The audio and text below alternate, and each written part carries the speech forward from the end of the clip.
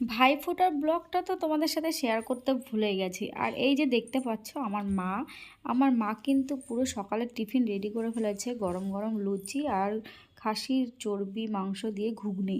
যাই হোক, এদিকে কিন্তু সকালে ব্রেকফাস্ট হয়ে গেল, আর এদিকে দুপুরের কিন্তু লাঞ্চের জন্য রেডি হচ্ছে। খাসির মাংস ম্যারিনেট করে রাখা আছে, তো ওটাই এখন রান্না হবে। আর এদিকে আমার দিদি দেখতেই পাচ্ছে হাসছে আমি বলছি বলে, ও সব সময় লেট করে, যখনই আসার কথা হয় ও প্রচণ্ড লেট করে। তারপরে এদিকে আমি কিন্তু তোড়জোড় শুরু করে দিলাম, কারণ হচ্ছে স্নান টান করে ভাইকে ফোঁটা দিতে হবে।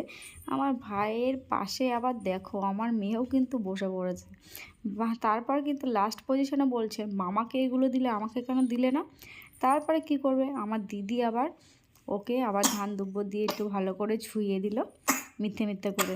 তারপর আমি আমার ভাইকে কিন্তু ফোঁটা টোটা দিয়ে একদম, ভাই তো ভাবছে দিদি কি দেবে।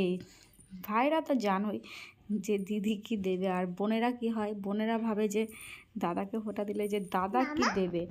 তো তারপরে তো আমার এটা কমপ্লিট হয়ে গেল। আজকের ভিডিও এ পর্যন্ত।